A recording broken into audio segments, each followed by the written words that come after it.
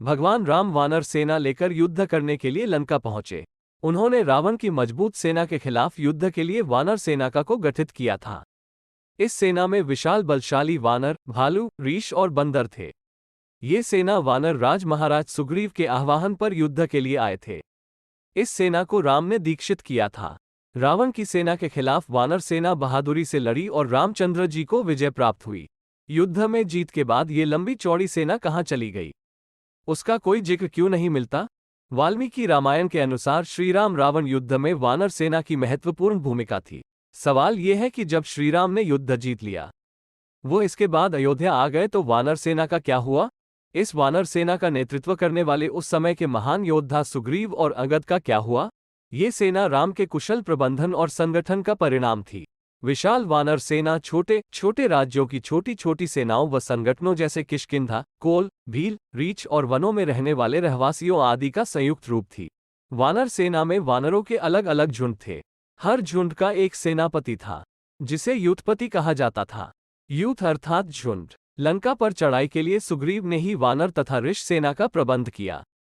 बताया जाता है कि जो वानर सेना जुटाई गई थी, इनकी संख्या में करीब 1 लाख के आसपास थी। ऐसा भी माना जाता है कि लंका विजय के बाद ये विशाल वानर सेना फिर अपने अपने राज्यों के अधीन हो गई, क्योंकि अयोध्या की राजसभा में राम ने राज्याभिषेक के बाद लंका और किष्किंधा आदि राज्यों को अयोध्या के अधीन करने के प्रस्ताव को ठुकरा दिया था।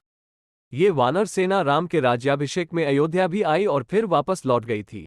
रामायण के उत्तरकांड में उल्लेख है कि जब लंका से सुग्रीव लौटे तो उन्होंने अपने भाई बाली का राज्य संभाला और किष्किंधा पर राज किया था। बाली के पुत्र अंगद को किष्किंधा के युवराज का पद मिला। इन दोनों ने मिलकर वहां कई सालों तक राज किया। श्रीराम रावण युद्ध में योगदान देने वाली वानर सेना सुग्रीव के साथ ही वर्षों तक रही, उनके राज्य में रही और इसके बाद कोई बड़ी लड़ाई नहीं लड़ी गई। वानर सेना के अहम वीर बाद में अहम पदों पर रहे। हालांकि इस वानर सेना में अहम पदों पर रहे सभी लोग किष्किंधा में अहम जिम्मेदारियों में जरूर रहे। वानर सेना में महत्वपूर्ण योगदान देने वाले नल नील कई वर्षों तक सुग्रीव के राज्य में मंत्री पद पर सुशोभित रहे, तो युवराज अंगद और सुग्रीव ने मिलकर किष्किंधा के राज्य को और बढ़ाया। गौरतलब है कि किष्किंधा आज भी है। कैसे बनाई गई वानरों की विशाल सेना? जब ये पक्का हो गया कि सीता को रावण ने कैद करके लंका में रखा हुआ है, तो आनन फानन में श्रीराम ने हनुमान और सुग्रीव की मदद से वानर सेना का गठन किया। लंका की ओर चल पड़े। तमिलनाडु की एक लंबी तटरेखा है, जो लगभग 1000 किलोमीटर तक विस्तारित है। इसी वानर सेना ने फिर रामेश्वर की ओर कूच किया, क्योंकि पिछली जगह से समुद्र पार होना मुश्किल था। श्रीराम ने रामेश्वरम के आगे समुद्र में वो स्थान ढूंढ निकाला, जहां से आसानी से श्रीलंका पहुंचा जा सकता हो। इसके बाद विश्वकर्मा के पुत्र नल और नील की मदद से वानरों ने पुल बनाना शुरू कर दिया। कोडिकरई समुद्र तट वेलांकनी के दक्षिण में स्थित है, जो पूर्व में बंगाल की खाड़ी और दक्षिण में पाल्क स्ट्रेट से घिरा हुआ है। यहाँ श्रीराम की सेना ने पड़ाव डाला था। श्रीराम ने अपनी सेना को कोडिकरई में इकट्ठा करके सलाह मंत्रणा की। इसी सेना की मदद से लंका तक के लिए पुल बना था। कहाँ है ये सुग्रीव का राज्य किष्किंधा? किष्किंधा कर्नाटक में तुंगभद्रा नदी के किनारे है। ये बेल्लारी जिले में आता है, जबकि विश्व प्रसिद्ध हम्पी के बिल्कुल बगल में है। इसके आसपास प्राकृतिक खूबसूरती बिखरी हुई है। किष्किंधा के आसपास आज भी ऐसे कई गुफाएं हैं और जगह हैं जहां राम और लक्ष्मण रुके थे। वहीं किष्किंधा में वो गुफाएं भी हैं जहां वानर साम्राज्य था। इन गुफाओं में अंदर रहने की खूब जगह है। दंडकारण्य वन भी यहीं है। दंडकारण्य वन विंध्याचल से लेकर गोदावरी तक फैला हुआ प्रसिद्ध वन है।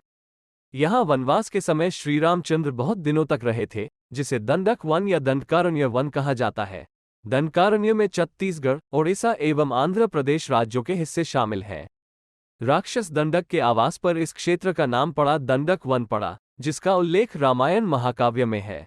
यहाँ रहने वाली जंगली यातियों को वानर कहा जाता था, जिसका अर्थ होता है वन में रहने वाले लोग।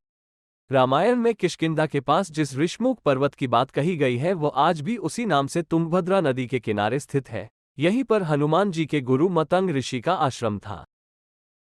अगर आपको यह वीडियो पसंद आया हो तो इस वीडियो को लाइक कीजिए और शेयर कीजिए। ऐसे ही कथा, ज्ञान और भक्तिमय वीडियो देखने के लिए सब्सक्राइब करें हमारा चैनल भक्ति की शक्ति, और लिखित में पढ़ने के लिए हमारी वेबसाइट www.bhaktikishakti.com पर जा सकते हैं। आप अपना सुझाव नीचे दिए कमेंट बॉक्स में बता सकते हैं। धन्यवाद।